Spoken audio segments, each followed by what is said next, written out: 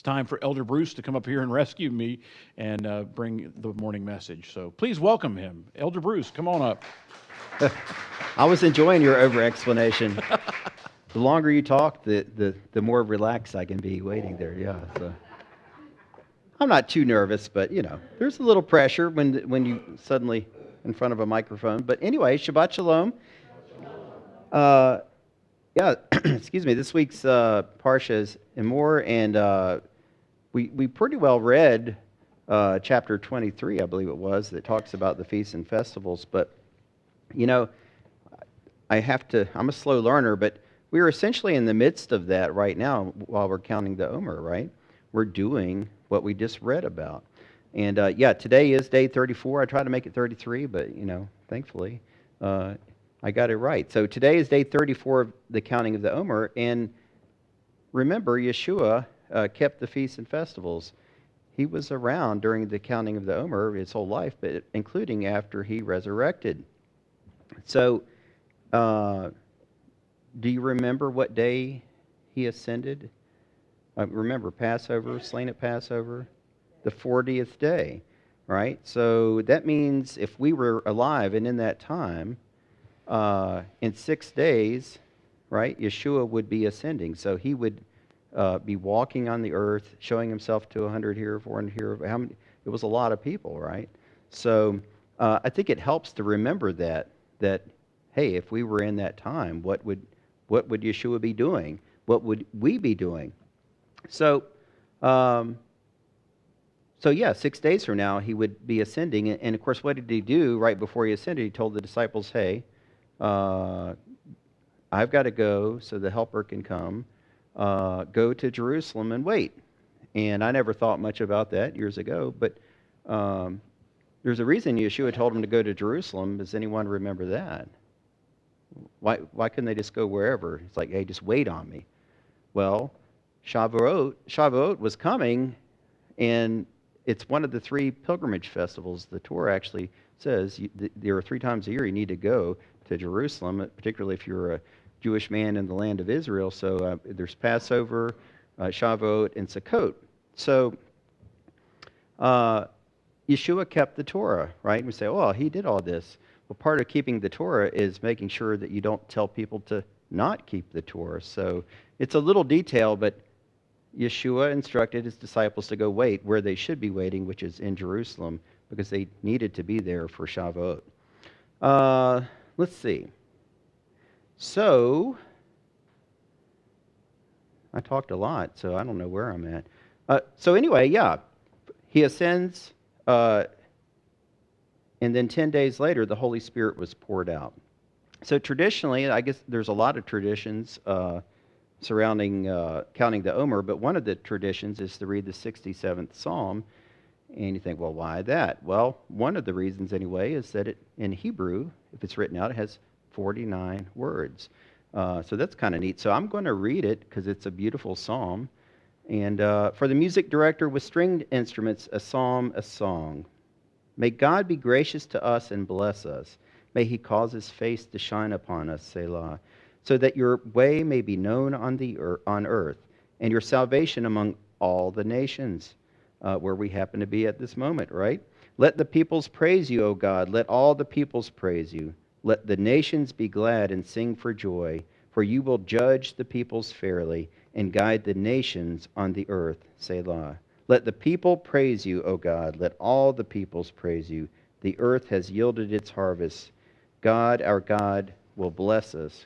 God will bless us, and all the ends of the earth will fear him. It's kind of interesting that certainly we're not about obscuring Judaism, Jewish people, God's chosen people, but Psalm 67 sure seems to talk about the nations an awful lot, right? It's kind of like that's part of God's plan, right? He is the God for all people. Yes, we may have different roles, but anyway, it's really a neat thing. So, yeah, if you're disciplined, unlike myself probably, you could read that. There's blessings you could say each evening and also read Psalm 67. So it's really neat. But again, it's not just what this portion's about. Daniel touched on it. It goes into great detail on what the priesthood should do and what the standards are. And then you have the feasts and festivals, and then it goes to blasphemy, which that's why you might see that, the New Covenant reading, it talks about blasphemy. We know it's a big deal, right? But it says, hey, it doesn't matter if you're a citizen of Israel, it doesn't matter if you're a foreigner. If you blaspheme the name of God, you're to be stoned. So, again, sometimes the obvious needs to be restated for me. Like, I'm not going around blasphemy, don't get me wrong. But I'm saying it's good to remind yourself of the gravity of things, that God has standards, and will all sin, all of sin fall short of the glory of God? Is a little bit of sin enough to keep you out? Yeah, but God does distinguish between the severity of things, right? So blaspheming his name, taking his name in vain, or using it as part of a curse is a very big deal. So, and then the famous eye for an eye and tooth for a tooth, right? So that's always good for a lot of debate, so I'm just going to leave that alone for today. There's actually some good explanations for that, though, but that's not to be the crux of my message. So right there in the middle, chapter 23, he lays out the appointed times. And again, remember, Yeshua would have fully participated in all these holy days. And all these times were perpetually mandated, right? There was not an ending to it. It was a perpetual regulation. So I leaned heavily on Daniel Lancaster has a book called The Holy Days, and a lot of that information is also in unrolling the scroll that corresponds with this parsha. So, full warning. So, of course, first, and I know we just read it all, but it's good to have repetition and go through it. The first thing that it mentions is the weekly Sabbath, and sometimes we forget how important this Sabbath is, ironically, because we do it a lot, right, every week. And you forget that it's a very significant appointed time from God. Again, sometimes, what's the phrase I'm looking for? It must not be that good because I can't remember what it is, but familiarity breeds contempt, right? Every week in, week out, week in, week out. And it's not that you consciously do it, but sometimes we can not take it as seriously as we should. And that doesn't mean be stern, because I don't like to be, sometimes I like to be stern, right, Judah? I can't say that I don't, but my default is I'd rather be happy about something than mad about something. So it's the Sabbath is not a heavy burden that just weighs you down, but it's a joy. But still, it's important to take it seriously because our God takes it seriously. It's very important to Him. Every week? It is the best day of the week. That's right. Every day leads up to this day, right? So every day is sort of measured in context of where it is in relation to the Sabbath that's coming. So, but again, we do it all the time. So sometimes when you do it all the time, every week, you kind of lose sight of how important it might be. So Leviticus 23:3, work is to be done on 6 days, but the seventh day is a Shabbat of complete rest, a holy convocation. You are not to do any kind of work. It is a Shabbat for Adonai, even in your homes. So the Torah lists the Shabbat as the first appointed time on the calendar. And then next it talks about Passover or Pesach. Leviticus 23:5, during the first month on the 14th day of the month in the evening is Adonai's Passover. Again, remember, Yeshua would have participated in all of these appointed times. We have an example of that, Luke 22:19 and 20. And when he had taken matzah and offered the bracha, he broke it and gave it to them, saying, "This is my body, given for you. Do this in memory of me." In the same way, he took the cup after the meal, saying, "This cup is the new covenant in my blood, which is poured out for you." So, speaking of matzah, they fall right together. Passover, we kind of lump it all together, but Passover is Passover, and then you have the Feast of Unleavened Bread, right? Hag HaMatzot, Leviticus 23:6 and 8, or 6 through 8. On the 15th day, remember, is right after the 14th day that was just mentioned. So the next day, that's how I have to explain things to myself. On the same month, the Feast of Matzot to Adonai. For 7 days you are to eat matzah. On the first day you are to have a holy convocation. and you should do no regular work. So remember, during the week of Passover and unleavened bread, you are likely to have 3 Shabbats in that time period, right? You have your regular Shabbat, you have a holy convocation at the beginning of the festival, and you have one at the end as well. So sometimes they overlap, but you can have 3 Shabbats in one period there. So let's see. On the first day you are to have a holy convocation, and you should do no regular work. Instead, you are to present an offering made by fire to Adonai for 7 days. On the 7th day is a holy convocation, when you do no regular work. Then, correct me if I'm wrong, the way I'm reading, on the 16th day, you got the 14th, the 15th, 16th, you have the Omer, first fruits of the barley harvest. It's the day after the convocation, the day after the Sabbath, the first Sabbath that's associated with the Feast of Unleavened Bread. Y'all confused yet? I am. You don't have to remember it all. I'm probably not going to remember it all. But it's good to review it because it's there. It's important. And when you start to take the mindset that it's not all done away with, well, if it's not all done away with, then maybe I should study it. Maybe I should try to understand it. And I'm a slow learner, so you guys get to ride along with me. So anyway, Leviticus 23, 9 and 10.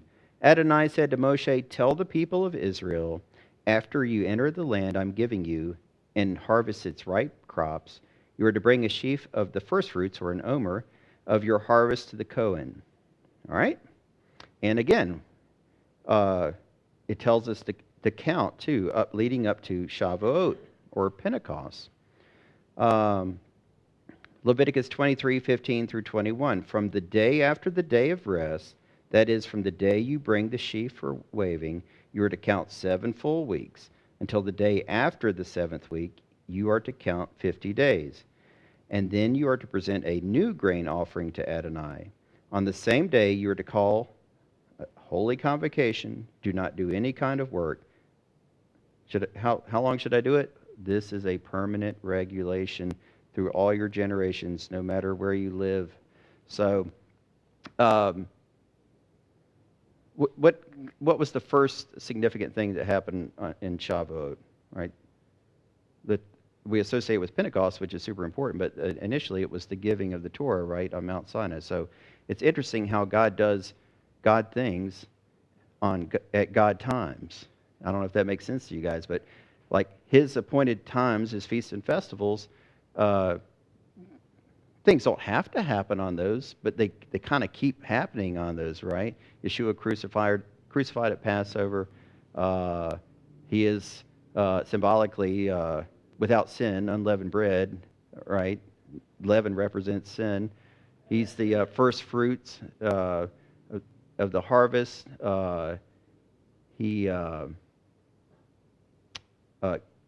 Well, we'll get to it. Each festival, something significant happens. Now, it goes up to Shavuot, and the Holy Spirit was given, and now we look forward to the fall feast, right? Well, what's God going to do on his appointed times in the fall feast? So we'll get to that. Rosh Hashanah, which is the festival of trumpets. Might Yeshua return with the sound of the shofar blast in Rosh Hashanah? Well, we'll know when we get there, but again, looking at the patterns of God doing God things at God times, I get a little bit, well, it's a heavy time of the year, but I get a little excited because is this the year? Could it be that Yeshua is about to return?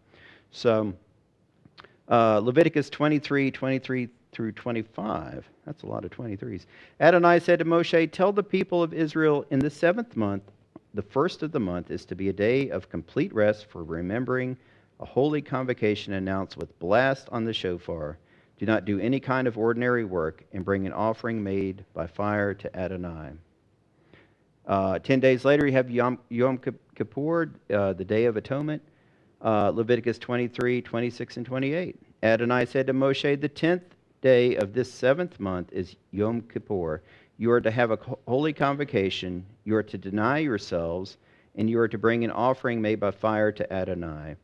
You are not to do any kind of work on that day, because it is Yom Kippur, to make atonement for you before Adonai your God. You are not to do any kind of work. It is a permanent regulation through all your generations, no matter where you live. Sukkot, the festival of booths, generally it's talked about as that's will be when Yeshua rules and reigns for 1,000 years in millennial reign. Again, we're not there. We may find out, oh, well, we had that a little bit wrong, but it certainly, again, lines up with God's appointed times. The Leviticus 23, 33 through 36, Adonai said to Moshe, tell the people of Israel, on the 15th day of the 7th month is the feast of Sukkot for 7 days to Adonai. On the first day there is to be a holy convocation. Do not do any kind of ordinary work. For 7 days you are to bring an offering made by fire to Adonai. On the 8th day you are to have a holy convocation and bring an offering made by fire to Adonai. It is a day of public assembly. Do not do any kind of work. Verse 37 says, these are the designated times of Adonai. It is a, what kind of regulation? Permanent regulation, generation after generation. So it mentions this, the 8th day, Shemini Atzeret, the 8th day. There's lots of symbolism there. Certainly one of them is it represents a new beginning, right? At the end of the millennial reign is a new beginning. Satan will be bound, so he won't have influence on the earth. Yeshua will be on earth dwelling with us. There'll be miraculous fertility in the land. You know, I work with chickens, and whatever you may do, there's lots of problems, right? There's always problems. This sickness, that sickness. If you're any kind of farmer, it's not raining, they have this disease. I don't know, for me personally, I get to see it like, yeah, what happens when everything's healthy, everything's growing well, everything's vigorous, it has life? I could see that in the Messianic era where it's like, yeah, maybe you have to do some work still, but things just work out, right? Things do well, including us, I would think. So for 7 days you are to bring an offering made by fire to Adonai. On the 8th day you are to have a holy convocation and bring an offering made by fire to Adonai. It is a day of public assembly. Do not do any kind of work. So that's a lot, I know. That's the second time today you all have read through this, and it all sort of seems like the lines on the interstate, right, just going by. But one way for that to not be the case, though, is to actually attempt to do the appointed times and festivals. And it becomes less of the lines at night on the interstate and more like, oh, hey, I recognize that. I remember that from last year. Remember it. And allow yourself to baby step, right? I tend to fall into the trap personally of, well, if I can't do it all, then I guess it's just too big to try, right? It's not going to work. Well, just try a little bit, right? It's a God thing. It's good. I don't think it's going to do you a lot of harm. So allow yourself, not to be casual about it, but allow yourself just to dip your toe in the water. Think about it. Next year you do a little more, and that's okay.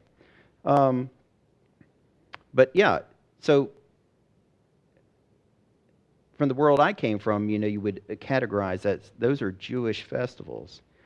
And that's not incorrect. God did give those appointed times to the Jewish people. Leviticus 23:2 says, tell the people of Israel the designated times of Adonai, which you are to proclaim as a holy convocation, or my designated times, my Moedim.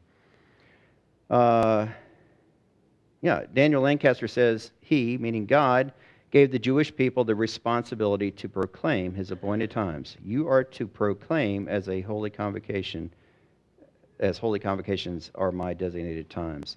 And really the Jewish people are the wardens or the keepers, right? Not like a prison warden, a warden in the sense that a caretaker, right? Keepers of God's calendar.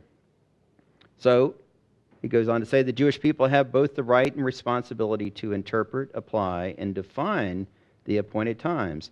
God did not give any other people that right. So in that dramatic reading of all those scriptures for you guys, what kind of details are like, okay, great, there's a time, it's on a different calendar, I don't even know when that is, and it just says, okay, have a holy convocation and have a burnt offering. Well, there's no temple, I can't have a burnt offering. What should I do? Well, you could just make some stuff up on your own, which a lot of us has probably done in the past, right?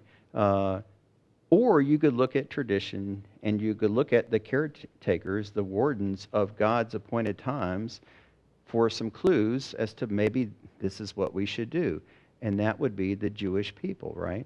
So, again, I feel like it's been a long time, but there was a time where it's like, oh, I can't have any man-made anything in my life. You know, it's got to be straight from God. Well, guess what? God took some men, the Jewish people, and said, hey, I'm giving them authority and the responsibility to put meat on the bones of my appointed times.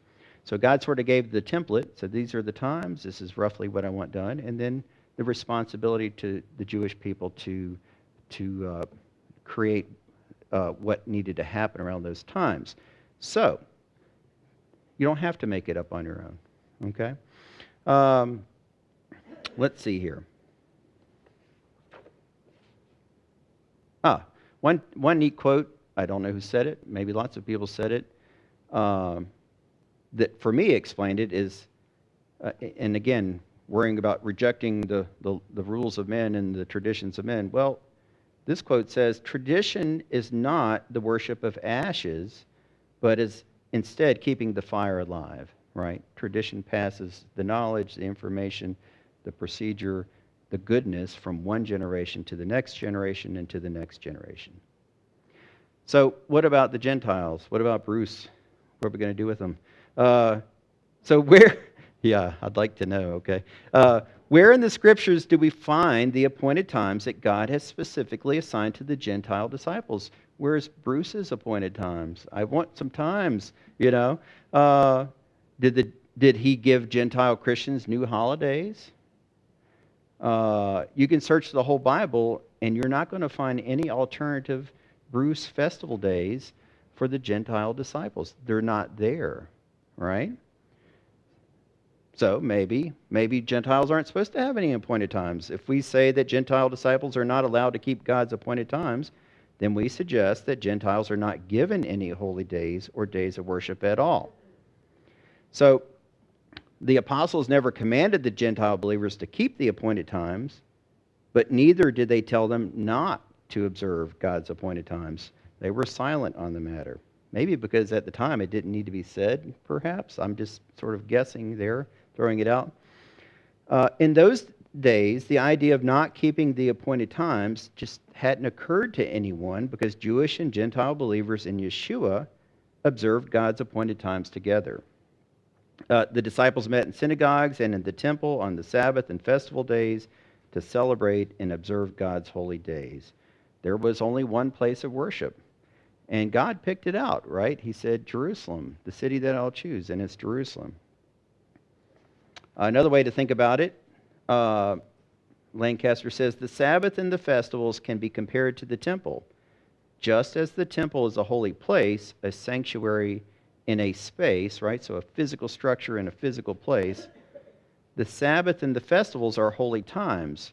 They're sanctuaries in time.